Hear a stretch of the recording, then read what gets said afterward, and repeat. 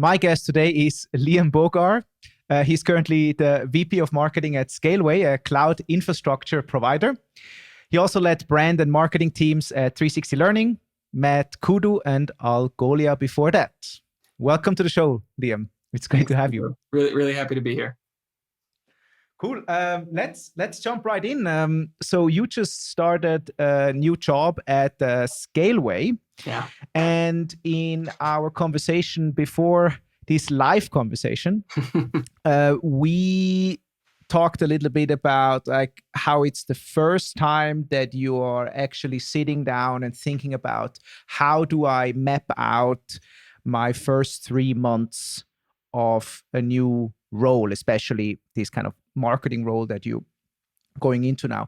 Can you elaborate a little bit how you think about starting this new role and how it kind of unfolded so far? Yeah, definitely. I mean, it started for me, one, with just, whenever you start a new job, like you just don't want to mess it up. And I'd always felt that way. But I think someone kind of slipped something into my mind, which I couldn't shake. But as I was, at 8 weeks before starting this job, once I had sort of signed and I was like, okay, now I have time to relax before the real thing starts, which was like the first impression sticks. And during this time, I started to think back on all of my previous jobs, and I realized that all of the friction or hurdles or there's so many lasting effects when you're at a job that can be traced back to your first interaction, your first 3 months, the first project you worked on. It kind of follows you. You somehow feel like you're always working on that first project, and I thought about that and I thought, okay, I really need to make sure that, I start on the right foot, because then all you have to do is not get on the wrong foot if you start on the right foot. Right. But if you mess up early on, it's so hard. And what I've learned is it's impossible to overcome that. It's really, really, really hard. I'm sure some people have done it, but not me. And so I started. I got recommended a book by a buddy of mine, Xavier, who's the VP of Product Marketing at Drift. He recommended a book called The First 90 Days. It's got a longer name, but I think that's the beginning of the title. Which is interesting. It's all about the first 90 days, and it provided a really good model for how to define success in your onboarding. And the very basic idea is don't expect the company that you're coming into, or even the new role that you're coming into in an existing company, that they have an onboarding plan, or that the one they've communicated to you is the one that that they actually expect you to do. Right. It's all about being proactive about figuring out what you want to get and how you're going to reduce the time to value, how long it takes for you to create value. And so that was really the beginning of it. And I was really fortunate. I had 6 to 8 weeks to really think about it. And I did pre-boarding meetings, with future colleagues, all in this optic, not of, what project should I get onto, but really just thinking about, how I was going to make sure that I made the most out of this. That was a big shift for me. And honestly, I'm still in the middle of it. I mean, as we're talking, this is the middle of week 6. End of next week will be the middle of You're still in the 90 days. Oh yeah, I'm 40 days in. It's, and what I'm happy to say is I can pretty directly connect that mindset with the first, what I would call a win that I got out of my first 30 days, which isn't enough to constitute, a successful onboarding. But I even sat down with my executive coach and said, look, I feel like, we got one of the pillars, it's like I found one of the 3 keys, it's kind of like, and I don't think I definitely would not have approached it the same way if I hadn't had this very like structured framework about how to get the most out of it. And so one notion that came up in the podcast before, I think it was Kevin Indig from Spotify who mentioned it. He talked a bit about the importance of like early wins to establish credibility? Like how are you thinking about that? Because I mean, in the beginning, you also need to kind of learn the ropes of what's going on, and you have some big projects that are probably thrown your way. Like how do you try to balance the kind of big projects, learning the ropes, and getting some early wins in to gain this credibility and this first impression, like you mentioned? Yeah, definitely. I mean, early wins are really tough because early wins present themselves on day two, sometimes day one. Like a candidate, let's say, for an early win. I think the hard part about early wins is evaluating them, is, evaluating opportunities and figuring out, what is the potential upside of me working on this during my onboarding, and how high is the risk that something goes wrong. And the reality is a good early win is not very risky. Mm-hmm. It actually doesn't matter if it's hugely impactful as much as the fact that there's a very small chance that you fail, because early failures, early stumbles, early hurdles, hiccups, whatever you want to call them, they follow you.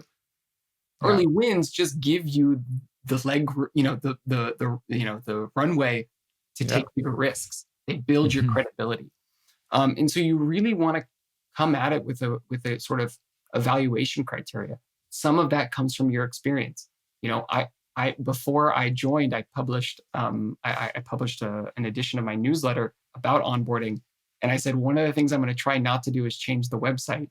And that came directly from my wife, who said, "Whatever you do, can you not change the website this time?" Because every time I started a company, people see brand guy or marketing leader, and they go, we're not really happy with our website. Do you think we should change it? That is like the biggest piège, they say in French, the biggest trap you can fall into. Just don't touch the website. What you can do is listen.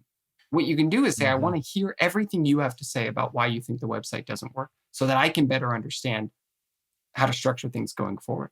But I wouldn't touch it. I wouldn't touch it with a 10-foot pole. And I walked in on day one, and the design director, who's amazing, was like, "Hey, I'd like to invite you to a design sprint. We're working on redesigning the website." And I was like, "I will attend, but you're going to get nothing out of me. No input. Don't consider me to be a proxy for the marketing team. I'm just a guy who's onboarding. Like, I will not give input on this. I will only be here to listen and hear how you guys talk about the website problems and the website's ambitions." And so that I use the website kind of as a proxy for what a bad early win is, because I've been there so many times. But a really good example in this case, in the book, one of the things they talk about are the 5 important conversations that you need to have when you come into a new job. And one of them is about clarifying expectations with your boss, oftentimes the CEO, for the target audience. And so I did that. I had that conversation, and I asked, what does success look like during my onboarding? And oftentimes you'll get the answer for what what the early win should be right in there. And in that case, he was pretty upfront. He said, "Look, we've got a lot of people to hire. I was brought in to grow a team." And he said, "Honestly, I don't care if you don't manage the team during your entire onboarding. I'll take all of that for you. What I need is that Q3 day one, you're operational, as soon as onboarding." And that also means that you have the team in place to do it. I had a bunch of people I had some internal mobility. I had some outgoing team members. I had 2 people who started on the same day as me in my team, for whom I am their boss. So a lot of people topics. And so the first early win that I am just wrapping up right now was really mapping out the next 2 years for the people plan for the company. And in many ways, I didn't invent a lot of things. I just know where we are as a company and where companies that are like us tend to go, and what that means in terms of accountability and OKRs and things like that. But that was something that I was pretty uniquely positioned to make the final say on. It wasn't something the CEO was going to make a call on. It wasn't something that anyone in my team, any of my directors could. And so that was a pretty easy candidate for me. And I knew there was a very low risk, because like most things, you can always change a roadmap down the road. Right. So I wanted to explain the future in order to justify why we were doing things today that needed to be done quickly. And that's a pretty low risk, high return. We just opened up today actually 8 new positions on the team because of that. Phew. Yeah. Good luck on that one to me, who's going to be doing a lot of first screens. So if you're looking for a new job, there's a good chance you can talk to me. That's the easiest way to get in contact with me right now is apply on our careers. Good. I mean, I think like in the beginning it's hard because you come in and you have like the CEO or someone in management who wants something from you. You have product who wants something from you. You have your employees. Yeah, exactly. So like, what are the other conversations that you were mentioning? Like what and how do you prioritize? Right. I mean, because you basically got 3 months, right? Yeah, that's funny. I was just talking about this. I see my coach every Monday, and I was just saying yesterday about how the book was really great. Except that if you read it, you'll notice it's very industrial linear. It's very IBM. It's perfect. If you want to join Bosch as a leader, great book. It's very linear, slow. You still have the same problems. You just in a startup. I told them like I felt like there were some elements of the book that were like they weren't quick enough. And they assume that everything happened in a linear fashion where actually they're happening all on top of each other. Right. What I ended up doing in order to manage that, because I couldn't use this, part of the framework in the book, is I really started as I was prioritizing for my team, I started prioritizing stakeholder relationships. So that when someone came to me, and a lot of people have come and talked to me, I was able to pretty quickly diagnose what they wanted from me. And say, I can't do that in Q2. I can't do that in Q3 either. Q4, though, you are a priority for me.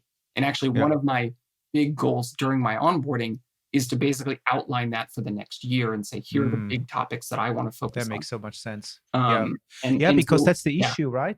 Sorry. Yeah. No, 100%. I mean, the hard part is everything feels important. But you really need to start from how am I creating value? What is the roadmap for my team, which is why I was really happy to work on that early on. I now have a really clear idea of what the roadmap is for my team, both in terms of people and in terms of accountability and how do we create that team structure. And now I can look at, okay, what is going to stop us from getting to that structure and how and who are the stakeholders that I need to bring on board. And by the way, in building that entire people plan, I went to every stakeholder and, every VP was aware of who was relevant, was aware of that plan before my team was. I didn't necessarily give them the opportunity to, decide anything. But I listened to them, and I wanted them to understand what was happening. If I was hiring a product marketer for X product but not Y product, I wanted the PM or the VP product of Y product to know why I wanted to wait. I wanted to make sure with them it was okay. I wanted to set expectations. That same sort of handshake conversation that you do with the CEO, you do with stakeholders as well. I mean, I think like the key here is also that you mentioned is if you don't define your own priorities, like other people will do it for you, right? And I mean, I know I have fell into this trap early on. When I basically came to a new job and I was like, okay, so what's up, right? And then people come with their priorities, right? Right, exactly, because you want to be helpful, right? And you want to, as you say, like leave a good impression. And if you don't have your priorities straight, it's so difficult to in a conversation then say like, oh, this is not for now, because you cannot say when it's coming or like if it's coming or what you're doing now. I think that's really stellar advice. And how do you, what is like your expectation management in terms of to the team? Like how do you structure team communication? I mean, now you say part of the team is remote, if I understood it correctly. Yeah, and I think generally all teams are in some form remote. Well, yeah. So, I mean, right now, I tend to fall under the like weekly with one-on-ones, bi-weekly with stakeholders, monthly with departments. That's kind of the like cadence that I try to keep. So 1 month in, I did a monthly with my team, and it was exceptional in that I was just there to give them an update because we hadn't actually sat together as a team yet, and I wanted to say, and so I explained like, this is what a monthly is. I'm going to do it today. Next month, you guys are going to do it, and between now and next month, I'm going to tell you what you're going to do. and we'll talk about it. And so I try to keep that communication. I'm also a pretty big fan of canceling meetings if there's no agenda. I tend to stay out of conversations where it isn't clear what people need from me. And yeah, in terms of setting team expectations around communication, I think the way you interact with people, the reporting that you do, the check-ins that you do, really set the tone for your priorities. So when I'm talking with my team, I set OKRs with them for Q2. I didn't determine what those OKRs were, but I asked that they have OKRs, which was something that they were 87% already doing. I just sort of closed it and said, we're doing this. I didn't fix any of the numbers. I didn't fix any of the key results because I'm still onboarding. I'm not really in a great position to say what they should be doing. But what I did tell them was, look, every other week, in every other weekly that we do, I'm going to ask you, are you still going to hit all of your OKRs? And if you say yes, that is the end of that discussion. And if you say no, we're going to dive into why. How can I help you? Do we need to change the OKRs? Does something need to change? Are you blocked? And that structure around regular communication kind of sends the message about your priorities out to your team. My priority is autonomy through a metric-driven and results-driven attitude. And so you also have the ownership, right? Yeah. And so you are, you have something to say about like coaching individuals versus the team. And I found this super interesting when we talked the first time. Can you elaborate what you mean by that? Because I think it's something that a lot of people need to hear, because it's a lot of focus on the individual, I feel like. Yeah. So as I said, I've been really lucky. I've been working with an executive coach for the last 3 years. Man, it's been a long time. And I got one because I got fired from a job from Algolia. And I didn't get fired. I got told it wasn't working, and I got asked if I would like to leave. And I if someone wants me to leave, I generally leave. It's a very American mindset. I don't like stick in the mud. Like, you're gonna have to drag me out. So I say fired because it's for effect, but really I got politely asked to leave, and they were wonderful. And I'm a huge fan of Algolia and the founders and the team, and but I didn't know what I had done wrong, and so I got a coach. And that was the pitch. Interesting. I said, I messed up, and I'm really not sure how to avoid repeating that mistake. I need someone who's going to help me. And my understanding, looking at founders who seem to be good at not making the same mistake twice, was they all had coaches. So I was like, correlation, causation, let's do it, and so I thought, I'll get one, see if I like it. And I got really lucky. I got matched with a coach. I didn't know how to evaluate if a coach was good. This one's been pretty good for me.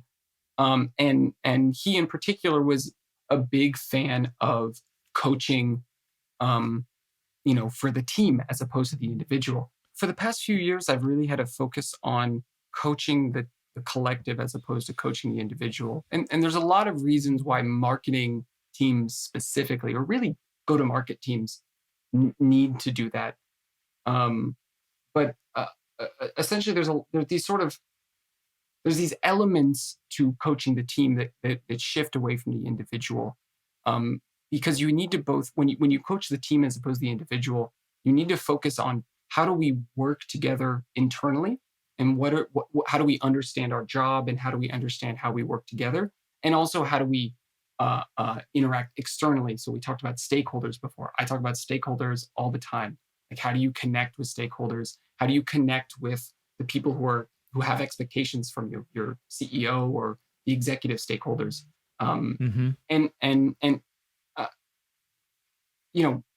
It's really hard to get to a place of individual accountability without collective accountability.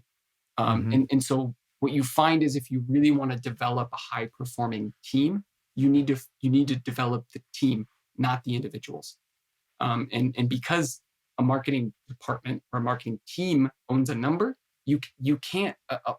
A department is not a collective, a collection of individuals. It is a group effort.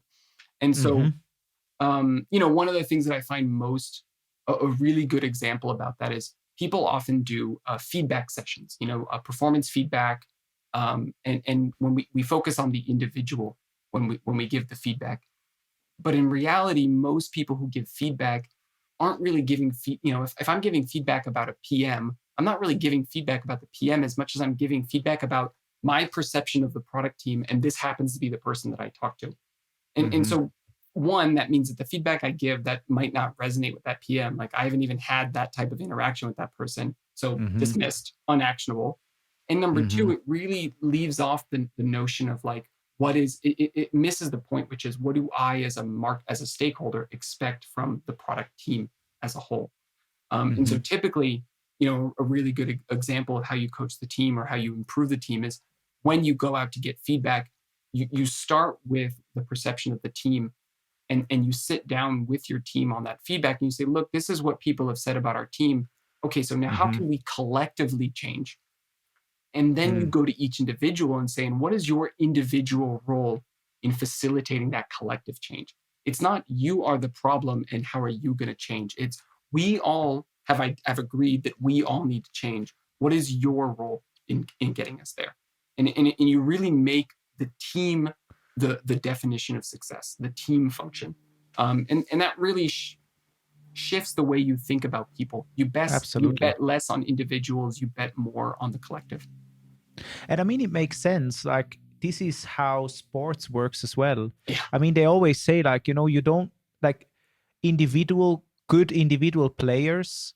It's certainly very helpful. But when the team doesn't have this kind of, how to say in German, like Teamgeist,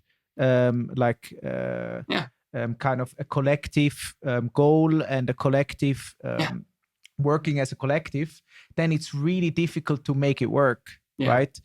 Because just talented individuals don't make necessarily a good team. There can be a lot of ego involved and stuff like that. Yeah. And so I find this fascinating. I think this is a really good insight. So how, when you talk, I mean, you just started, but like, what is your intention on how you, in the marketing team,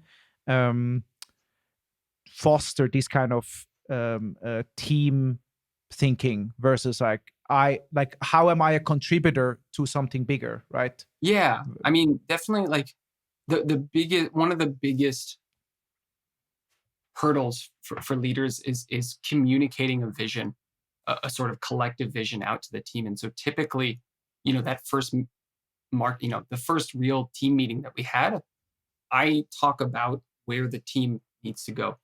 And in fact, I didn't have a single slide on an individual. In fact, I had removed all of those that I had done internally to work on and to make decisions. And I said, the individual doesn't really matter. What matters is collectively. And so I talked about, one good example is we have a growth team today. We're all growth. So I personally have a problem with having a growth team inside a marketing team. I tend to say, why don't we all be growth and then we'll have a demand generation team, right? And so I talked about, okay, what does this team own? And how does the team need to evolve in order to be more accountable and be able to scale and go? How do we become, what the company needs from us tomorrow? We have company objectives. We know what we want to do.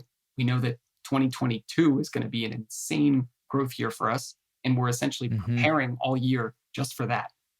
And so I paint that picture for what that means for the marketing team. And then I drop down to the demand generation or the growth team. And I say, okay, what do you own when it comes down to that? You own sales pipeline, self-serve revenue. Pretty easy. Okay. How do we structure the team to get there? And what does that mean for the individuals, right? You start from the top and you work your way down. And in reality, you don't actually dictate anything about the individual. Yeah. That is they figure out how they contribute to the collective. What you do is you create the framework around the collective and you measure the collective success, and everyone else figures out how they fit into that. And it's pretty easy to see who's fitting. You still have individual OKRs, but all you really need to do is say, as long as your individual OKRs in some way connect up to the team OKRs, and as long as the collective of individuals respond to the collective team goals, everything's fine. So you really focus more on how does the team achieve outcomes and let the individuals figure out how to work together, right? And it comes back to, you see this in high performing teams in sports. It's, I always think about the mine shaft, or whatever whatever they call the German football team. I'm sure, whatever the German national Mannschaft. yeah, Die Mannschaft. they had a thing that they talked about. It wasn't an individual goal; it was a collective team goal, which was reduce the amount of time it takes between kicks. How long is the ball between players? I don't really follow soccer. You can tell because I still call it soccer.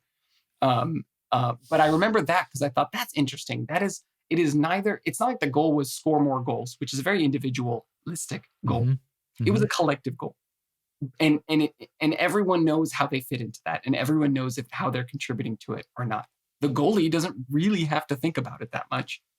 So It's not, but the people who are kicking the ball a lot sure do, right? The striker sure does. The offensive team certainly does. And so you create this collective focus around. It's not around how do we get Ronaldo into position and how do we make sure we keep him open and guys get Ronaldo the ball more. No, it's how do we make sure we collectively reduce the amount of seconds it takes for the ball to go from player A to player B.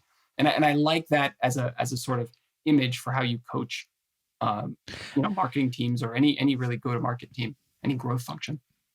And I mean, in the end, it also has to do with anti-fragility of a team, right? I mean, if you focus too much on the individual and this person leaves and whole departments are like fucked because of it, then that's not a very sustainable team structure. But nevertheless, I think like even if it's probably not enough to just say it once every quarter, right? It needs to be kind of reinforced, and that's probably the key, man. Yeah,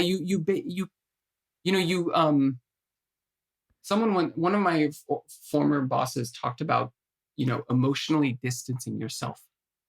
And in this case, you want to be dispassionate about the output and passionate about the process. And that's really just a stepping stone to getting to being dispassionate about the process so that you can be passionate about the people, because the people are going to put the process in place. And so the further you get away from owning the output and move towards owning the process, how do we check in? How do we set goals? When do we set goals? How do we communicate with stakeholders? How do we handshake on objectives, right? You get away from what is the objective. You get away from, because at the end of the day, most of these things are either fixed or it really doesn't matter because you're going to measure success. So let whoever is, the person who's going to be held accountable for that number decide how they want to achieve it. And so you worry less about what does the logo look like or the ad asset, and you worry more about how do I make sure we have a good reporting structure around paid acquisition so that we know that those leads are getting followed up, getting proper follow-up from sales in under 24 hours, right? You worry about that, and you say everything else will kind of solve itself. And if I need to weigh in, if someone's stuck and they say, I don't even know what campaign to create in order to generate those leads, then you can always jump in. You can always let people come to you with that problem. But it's the process that creates the question, right? You don't go looking for the question and then wait for the question to be solved to create the process. The structure that you create and that focus around the team priorities incites that question in individuals. They'll bring those up to you because they'll see, oh shit, the team's going this way. I don't actually know how to get there. And they'll come to you. One topic that comes up a lot as well is the development of employees, and ultimately also kind of the team, because if you have a team vision, it's and especially what you said before, right? You have a 2-year plan of how the team should look like. Yeah. And to get there is some personal development, but also like professional development necessary, especially in startups, because you grow so fast and then you have new responsibility and stuff like that. Yeah. So how do you kind of assess the status quo and then kind of chart, at least for your direct reports, like how do you chart the path forward together with them? Yeah, I mean, I had a couple instances of that just this past month. Again, I had people looking for internal mobility. I had people asking questions about what they're doing versus what they should be doing. Um, One thing I've always found to be really helpful, which is really dispassionate, is take the job they're doing today and Hmm. write the job description for that position as a new person coming in. And that's Hmm. something I've been doing recently. And I pretty much start all conversations about that. About, okay, like, where do you want to go? Okay, this is what that job looks like to me.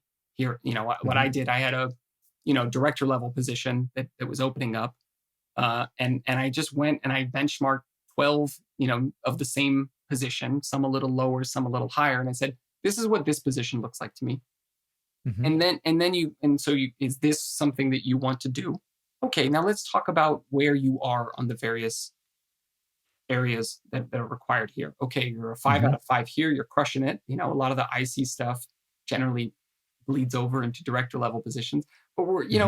you're missing the process focus, and you're missing the Hmm. technical expertise. Okay, so how can we solve those? And then you roll them into, and then you build a plan out, and then you make Right. that part of the discussion. And so you really build a developmental plan around what do people want to be doing Hmm. against what does the company need. And that's always the hard part. I had someone who wanted to join my team from another team, who wanted to do a position that I didn't have. Hmm. And it's a very again, dispassionate conversation. I said, here are the jobs that I have, and here's the best one I think Right. you'd be a good fit for. I can't have anything else other than that. But if I hadn't started with what does the company need from me in the next 2 years from the marketing department, and how are we going to build to be there, I might have taken the person and said, okay, we'll make it work, because I would have loved to have them on my team, but Hmm. they didn't see the job that they were looking for, right?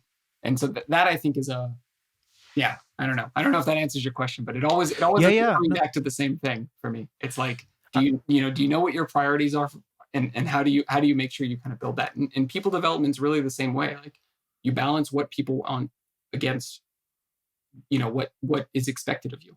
What does the company need? mhm. And I mean, so you have, like, you shared kind of a personal story from you before, from Algolia, and I want to tie this in with what we talked just now. So what I see happens to a lot of leaders in growth or in marketing is they maybe have like 2 employees, and then the company starts growing and it gets really, really complex, and a lot of skills are necessary that are maybe not there yet, and it's really kind of a catch up game of like how fast does the startup grow and how Yeah. fast does the person grow. And like, what do you recommend to someone who's in that position and just sees like the kind of startup growing faster and In the faster and person. further away from like their current skill set? Like, what do you recommend someone in a position like this? Yeah. I mean, I, I think for me, in those types of situations, I really try to paint a picture. I really try to put together multiple options.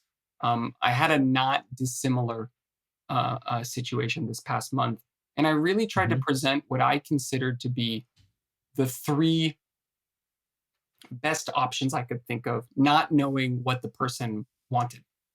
Hmm. And I almost find it's better not to, because I think as soon as you start hearing what the person wants, you're going to start trying to mold, Right. and that's okay. You'll be able to do that, but it's better if you know going into that conversation what you want. So, let's say you've got I'm going to take a position that isn't in my team, so I'm not talking about anyone.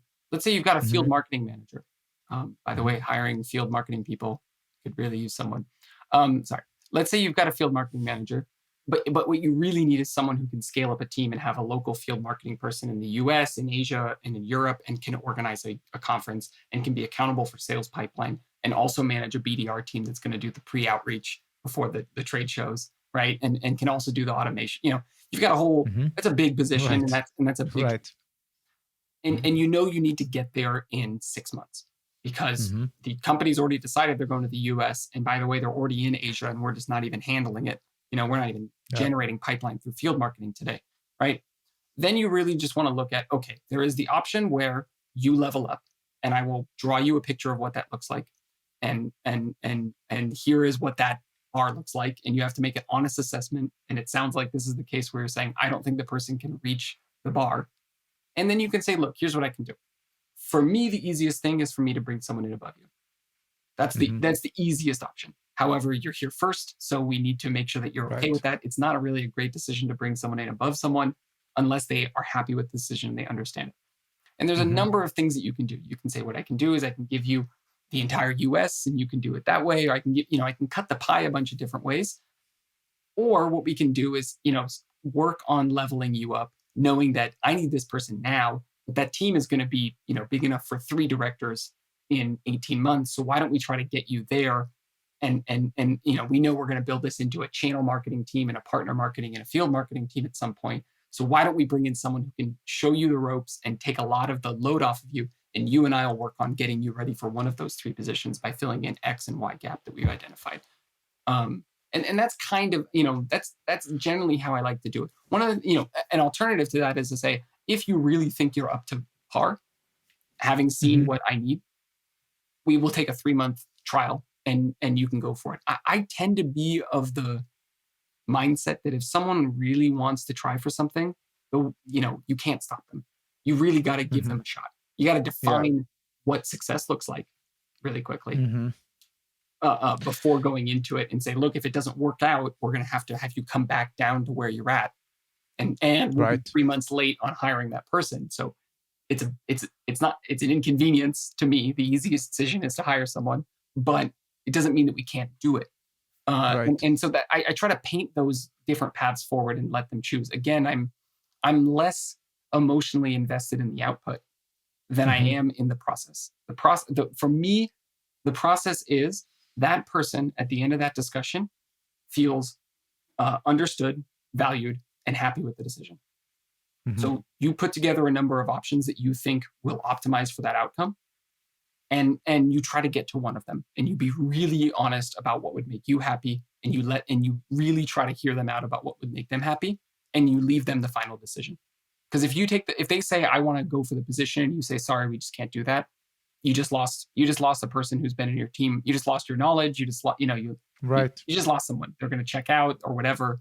In this case, I had a situation where I offered someone to try it, to build a different team where they would be able to first learn, half of that job and then later hire people underneath them, or to just take a promotion, straight up be recognized for the fact that they're awesome at what they do, and take some additional responsibility, but not have the burden of that full position. And we basically built them a senior level position.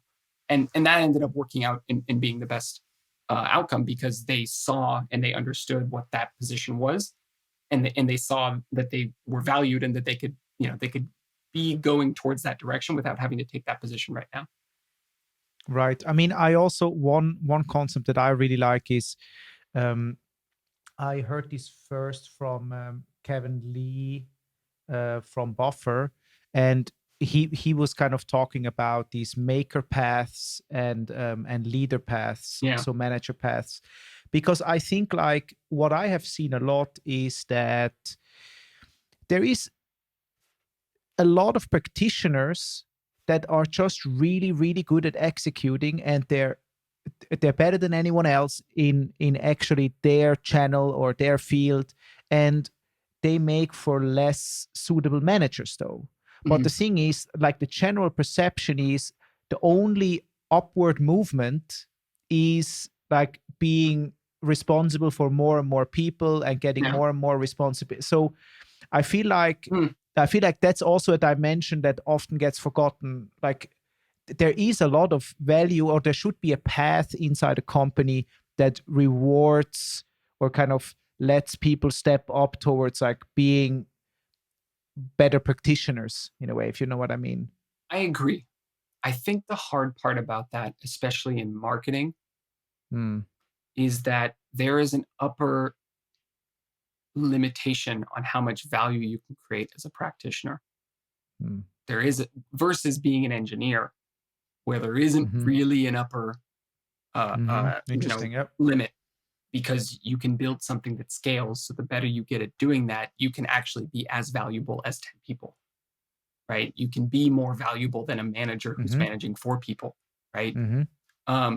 Whereas in marketing, a good chunk of positions just don't have that level of upward mobility. As a paid acquisition manager, you can manage a larger budget and you can manage multiple markets, but at some point you are limited by your ability to iterate and improve campaigns. Yeah, that's a good point. It's like sales. You can go up from SDR to AE to mid-market to corporate to enterprise AE to strategic AE. But at some point, the best way to have more budget more quota is to have multiple people. Yeah. And marketing has that particularity. There are aspects that scale, and there are engineers that sit inside of the marketing department. In developer tools, we have developer relations that sits inside of marketing. You also have engineers that work on growth. Those positions definitely have upper scale because you are engineering growth. But it's hard to see a content manager who's going to grow without managing a larger pool.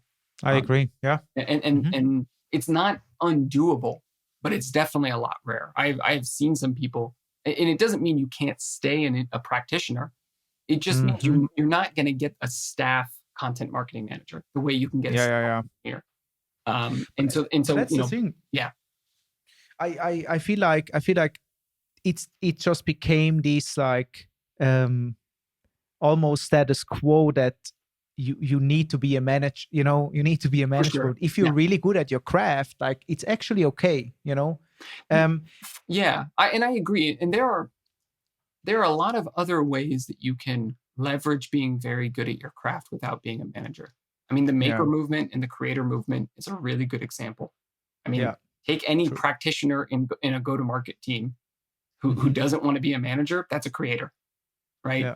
That's swipe files. That's that's a route that works really well. That's building a solo business. It has its own limitations, and it's not the same as an engineer where you can be a practitioner inside of a big company and have full autonomy to launch projects or contribute to open source code. We have some of that in marketing. We have brand awareness. We have brand communications. We have thought leadership. This sort of very top of funnel. That's and that we generally reserve for people who know what happens every step afterwards, so that they can be really effective there and tend to be more experienced. But it just, we don't quite get there.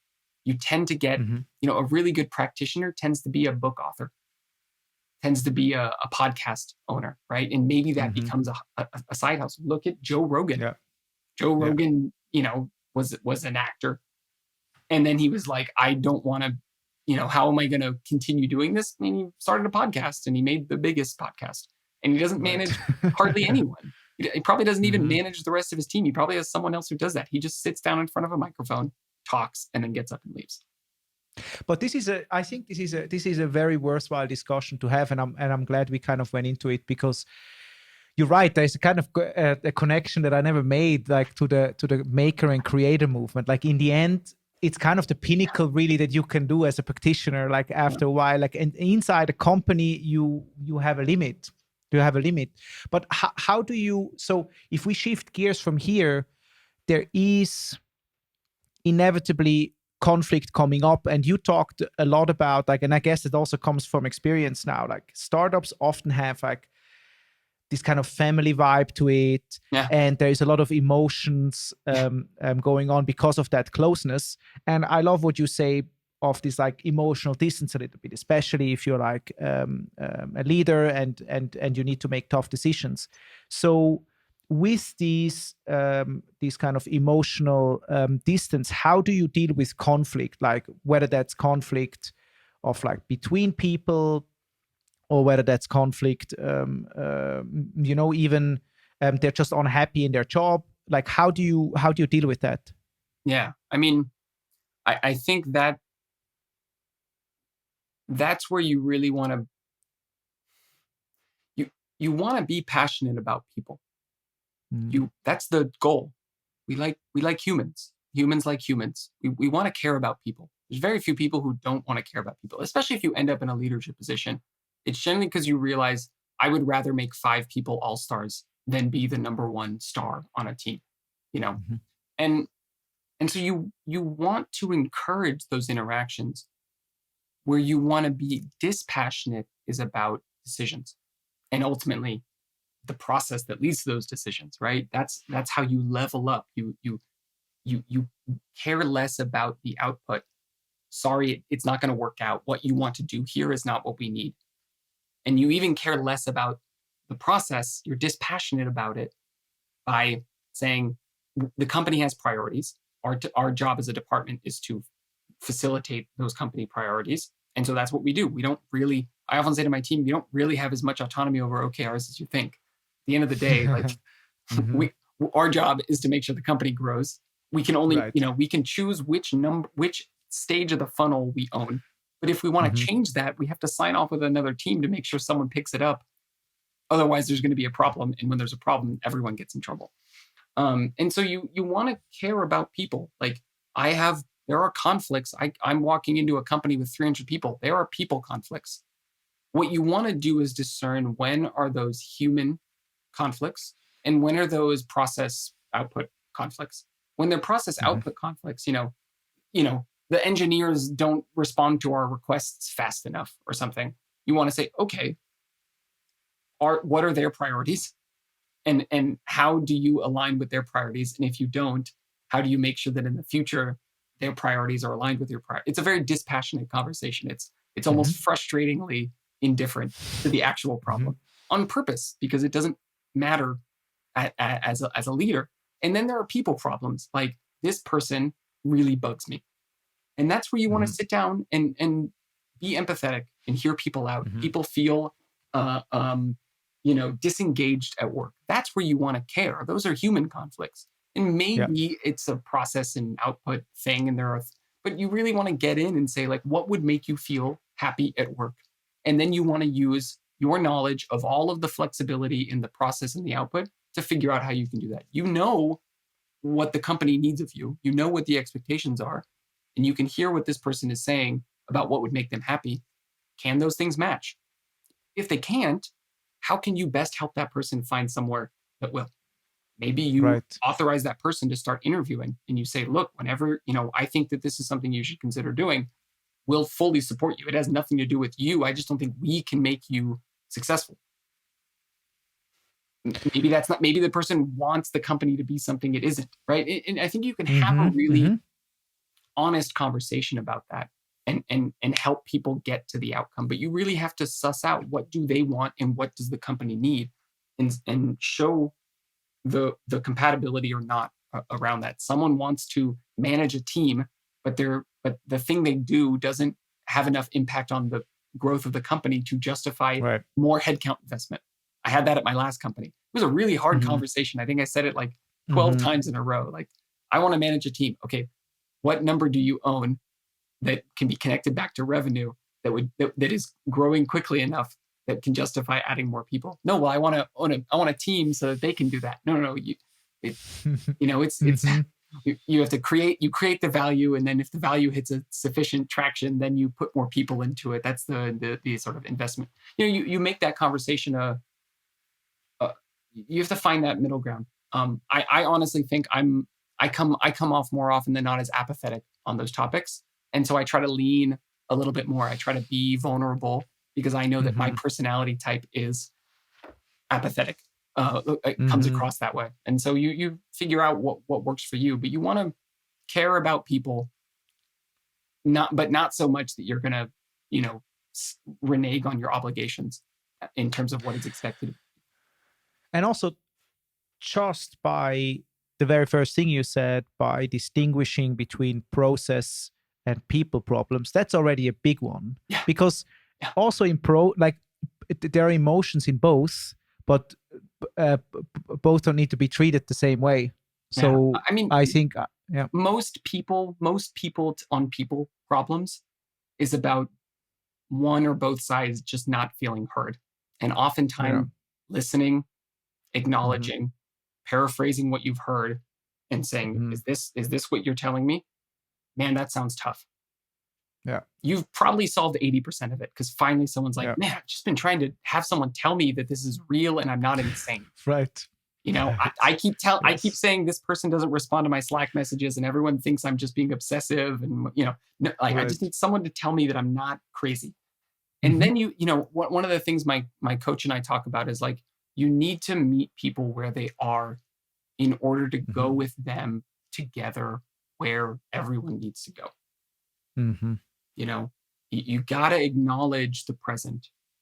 And so most people problems is just acknowledging the present in order to say, now that we've agreed that that is tough, how are we going to move forward together? What can you do? What can they do? What can I do?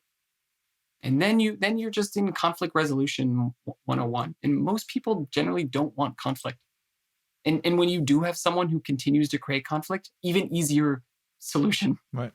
If you Yeah. if you bring this listening first, reflecting, diagnosing, and then proposing something to go forward, and they're still like, no, but you don't understand, I've got 19 other problems, we can't possibly solve this one without solving them. Boom, you've already figured out the solution to the problem. If you've got 20 problems all coming from one person, you know what the problem is. So you have been writing a lot about leadership, and that's also kind of how we reconnected, right? Yeah.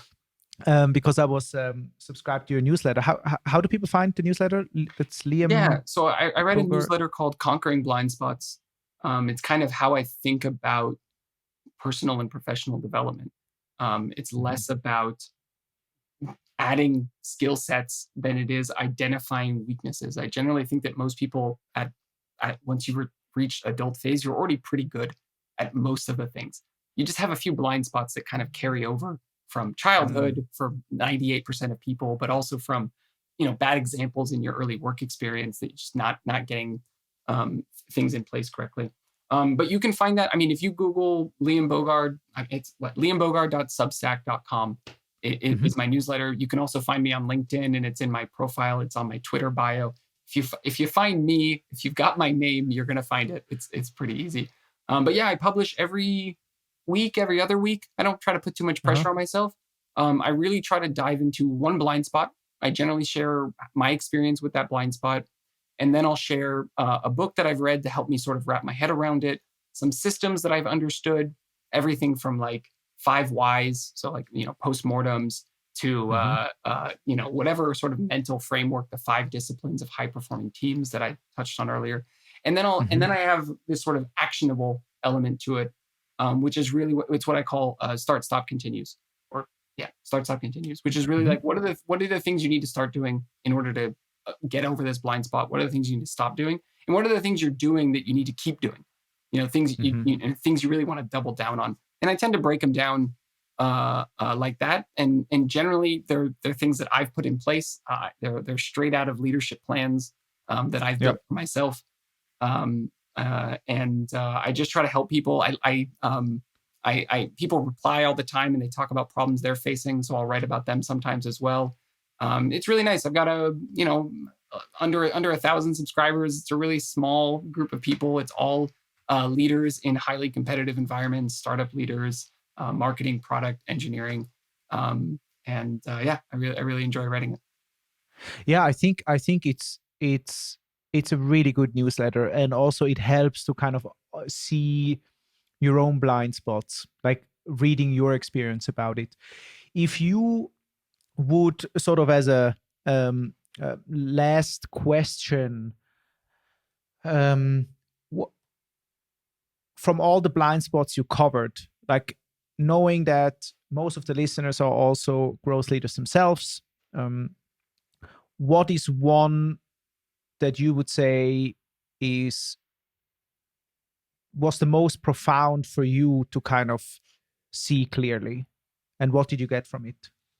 Yeah, that's a good one. Man, it's a really good one. I mean, one of the ones that I'm working on right now, that I think is really huge, is burning out. Mhm. And I think burning out is one blind spot for a lot of people, where people tend to know that they have burnt out, but they tend to not really be aware of what is leading them, and what it looks like coming up. And so I've been trying to write a lot about that. I tend to start from like, how do you avoid yourself burning out, but then also how do you avoid other people burning out? And I find that one to be, I mean, just wrapping my head around how do I identify when I'm like, when I'm Right. Like, what are the throttling up signs, right? too long, Mm-hmm. just being able to acknowledge that. I mean, I was just talking with my wife about like this notion, an old founder habit that I have is I tend to work on Sundays. It's a Mm-hmm. CEO habit where you want to make sure that I do that too. Yeah, you yeah, know what yeah. everyone needs for the week, so you don't have to write that on Monday and you're not fighting like their requests against yours. You just beat them to the punch, you know. And one of the hardest things that I've been working on recently is moving that Sunday ritual to Friday, which sounds Mm-hmm. super easy, but anyone who works on a Sunday knows like you work on a Sunday to get ahead of next week, not to wrap up Right. previous. And Right. but at the same time, when I was writing, when I was, thinking back on burning out and reading more about it, there's this notion Mm-hmm. that I always encourage, which is like, be really efficient at 70% effort. And the thing about Mm-hmm. burning out is it's not bad to be throttled up to 100%. It's bad for that to be your default. And people Yeah. burn out when they're, when you've crossed the red line on the RPMs on your engine. It's not that Mm-hmm. you can't Mm-hmm. go there. It's just that you should really try to idle around 2 to 3,000, like you don't Mm-hmm. really want to Mm-hmm. be up in the 6, 7 unless you're on a Mm-hmm. motorcycle.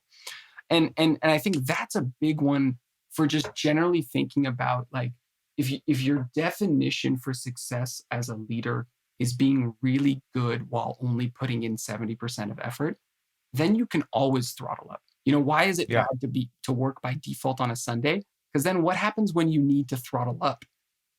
Mm-hmm. Now Good you're working point. Saturday. Oh Right. man. And if anyone who's worked Weekend's Friday, gone. Saturday, Sunday, Monday Mm-hmm. knows you cannot, that is not sustainable. And you usually pay for it Definitely. the following week. You usually have like a Tuesday, Wednesday where you're just like staring at a blank screen for a day. Yep. And that's like a mini burnout just from having not taken the weekend off, just from having not Yeah, yeah. taken your 30% of your week. Um, and so I really try to like wrap my head around what is 70% effort? What am I going to Mm-hmm. do so that I can get done what is expected of me? And how do I put that onto my team? I just had a conversation today, right before this call. This is why I was 2 Yeah. minutes late to our call today. Is Yeah. I told someone in my team what I wanted to give them insight into what was coming down the road. So I told them Mm-hmm. about what I imagined them doing in Q3. Once Mm-hmm. I'm onboarded and that actually becomes my call, they took that to mean I need to be able to have that be done on day one of Q3, which in their Mm-hmm. head is I need to do it in Q2. And, Mm-hmm. and it took me a good amount of time to figure out that the miscommunication was there. And finally I said, okay, I think I've understood. I don't need you to do this in Q3. I need you to Mm. build this starting day one of Q3. So I want you to Mm-hmm. think about the things you're doing in Q2, which by the way are meant as a stepping stone to this. Make sure as you're building in Q2 that you have a mind on what you're doing next, but don't start working on this. You have 92 days to work on this. It's not a big deal. I don't want you working on it before. And getting people in this motive, I don't want you to try to do everything just because the idea has come in, just because it exists. Right. Yeah, yeah, yeah. Absolutely. I want you to know what's coming. I want you to know what next week looks like so that Mm-hmm. you can be really efficient about this week. I don't want you working the weekend, right? And that for me is a huge sort of mental hurdle for a lot of people to get over as Yeah. individuals, and then we carry it in as leaders, and suddenly we're trying to do weekly check-ins with every one of our direct reports. We're taking meetings with our direct reports. We're going around them Right. trying to solve their problems. We're trying to do 5 director jobs at once, and you're not helping anyone. You're not building something that's sustainable. You're not building. You have no bandwidth for throttling up, right? And so that notion of burning out, which is sort of the like extreme end point, the thing that we all recognize once we've gone through it, is really just the very end of a blind spot, which is not Mm-hmm. knowing how to work 70% really well. But like, so one last thing. How do you see in someone else? Probably you need to first see it in yourself, but like also afterwards, how do you see in someone else that they are approaching this kind of breaking point, if you want? Yeah. I mean, one easy tell for me is how much time people spend doing something that isn't in their OKRs. If you look at OKRs and what based on what you know, that seems like a full quarter's work. And the time when you fix them, the person said, this is a full quarter's work. People will generally tell you, like, I think the target's too high. I think I have too many projects. I think X, Y, and Z. You get that alignment. Then as the quarter goes on, you see things start to creep in, a request or this thing or that thing starts to creep in. That for me is always the hint. I always ask people, like, how is that contributing to your OKRs? And you start to feel, oh no, well, actually there's just this thing and they asked me yesterday. And so I decided to work on it. And you're like, oh, I see. You're getting into a reaction or state where you're reacting to requests more than you're proactively pushing your agenda forward. And so I find that you kind of manage that through OKRs. You give people the right to say no to stuff. And you see the people who don't say no. People who tend to get burnout tend to be people who say yes to a lot of things. Now, my team might tell you behind closed doors that actually I just give them insanely hard OKRs, and that's a whole separate problem. And you tend to notice that. Right. You get that in the reviews. You get that through the feedback. But generally, I look for people who are doing things that aren't on their roadmap, that aren't in their goal set. If you're doing the things that are in your goals, it's generally a quarter's worth of work. It's honestly generally 70% of a quarter's worth of work. You leave room, you just assume it's going to be a little harder than you expect. So that in that way you don't give them 100%. And when it inevitably is harder, they're burnt out. Right. And so you it happens naturally, right? Yeah. It happens we see it in ourselves. Like basically what you're saying is also, you can see in yourself when you all of a sudden have like 4 side projects to your actual own OKR. Yeah. Right? And that happens all the time. So it's almost harder to catch for yourself than for others. Yeah. Right. Because you're like, come one more. We can do that. I can do it. And honestly, I mean, even in my onboarding, I've taken on things like that. But generally, it's because I know that in Q3, this relationship is important. This topic is something I need to onboard myself intellectually anyway. And so I will be very clear about what my role is, so that I don't end up time committing on deliverables, but I want to be there. And you kind of have to weigh those. They inevitably come up, which is why you have to be really honest with yourself about, how much time you're putting into your OKRs, like how much time commitment you have there. I'm much more comfortable having, a number be 150% of your comfort zone than having 150 numbers that you need to move.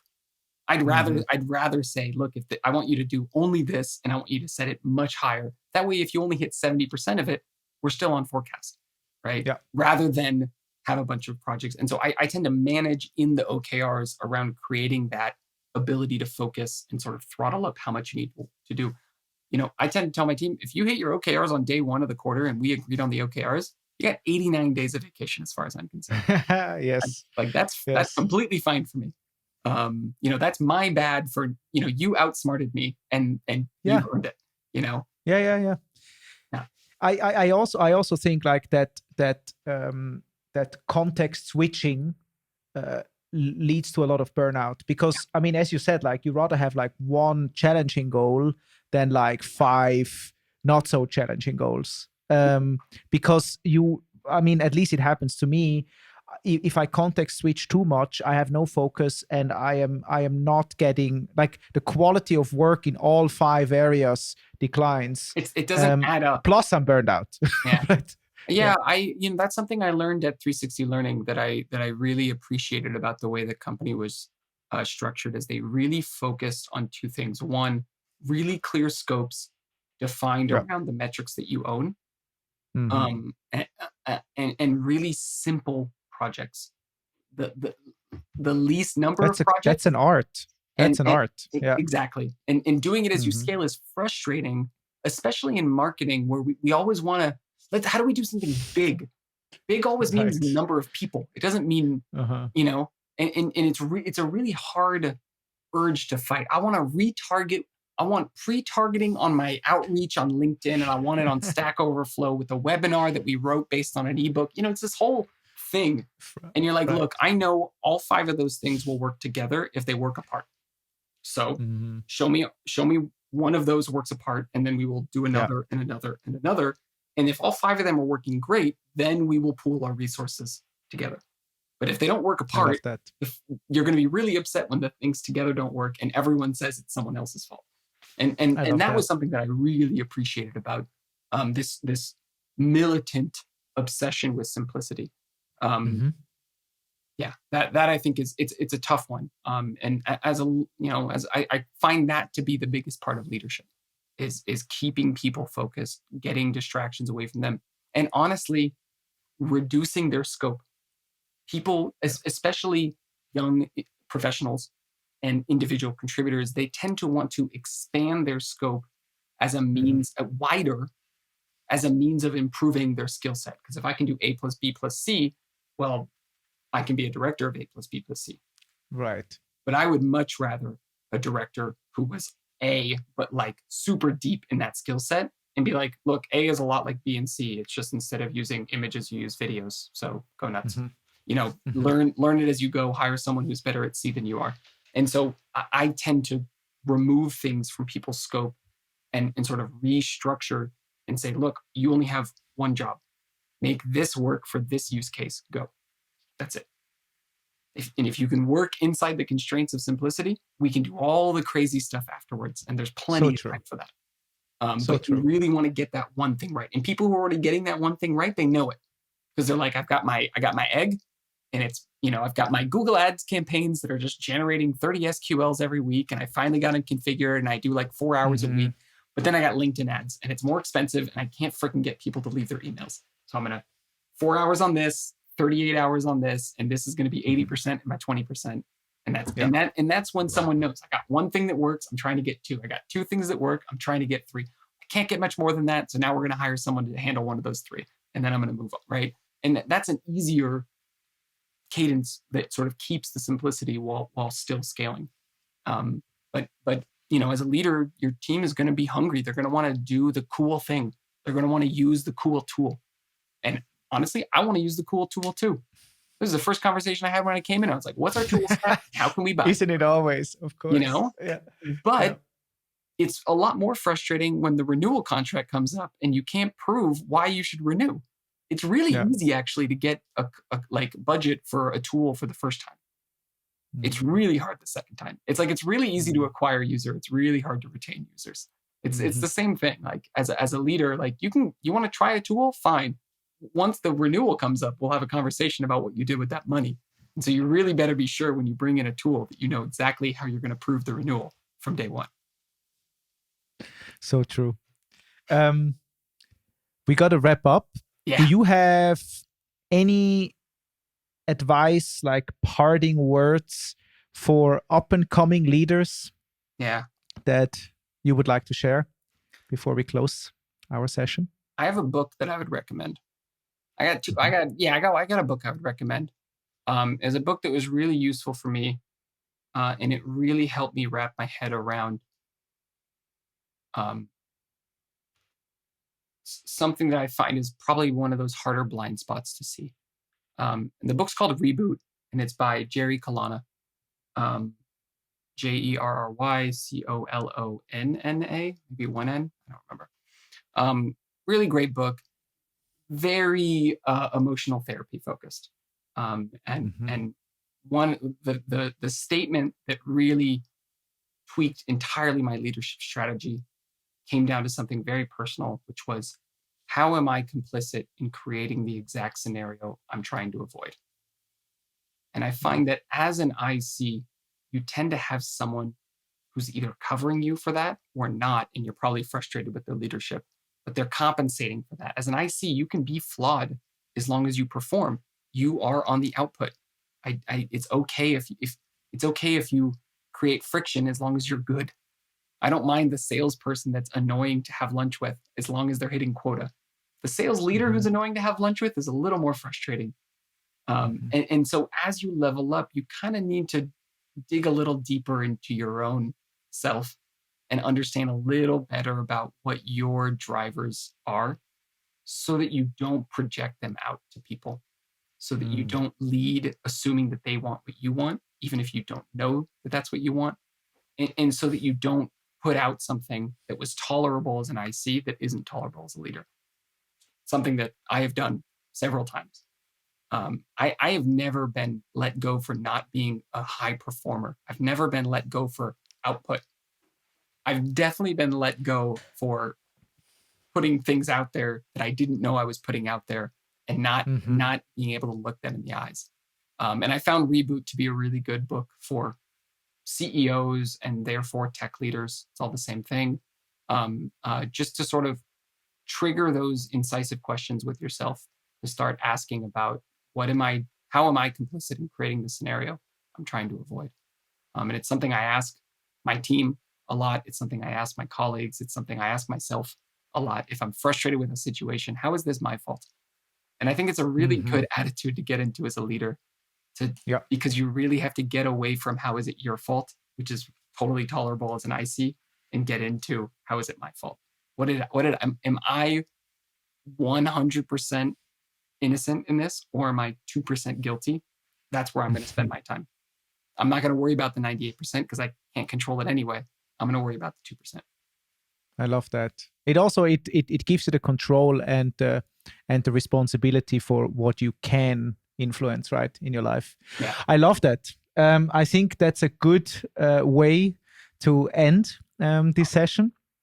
So can you say again where people can find you? So you mentioned Liam Boogar at .substack.com, right? It's the newsletter. Yep. And then you have a Twitter handle. Twitter, I'm on that one pretty regularly. I like to share whatever train of thought comes out on Twitter. So, subscribe, follow it at your own will. LinkedIn as well. Pretty active there as well. You pretty much, if you Google my name, Liam Boogar, you're going to find a Twitter result, a LinkedIn result, a Substack result. So honestly, just Google me. And that's the easiest way to get to me. And also awesome. my email. Honestly, like anyone who's listening to this, if for some reason you think like I can be helpful, my email is liam.bogar@gmail.com. It's my personal email. Feel free to reach out. You'd be surprised how few people reach out. So I have no problem putting it out. And honestly, if you reach out and I don't think I can be helpful, I'll be really nice about it. And I'll tell you, I don't think I can help you with that. So feel free to reach out. Thank you so much, Liam. That's very kind of you. And thank you very much for being on the show. And I hope we can do this again soon. Me too. Thanks, Sandro. Cheers.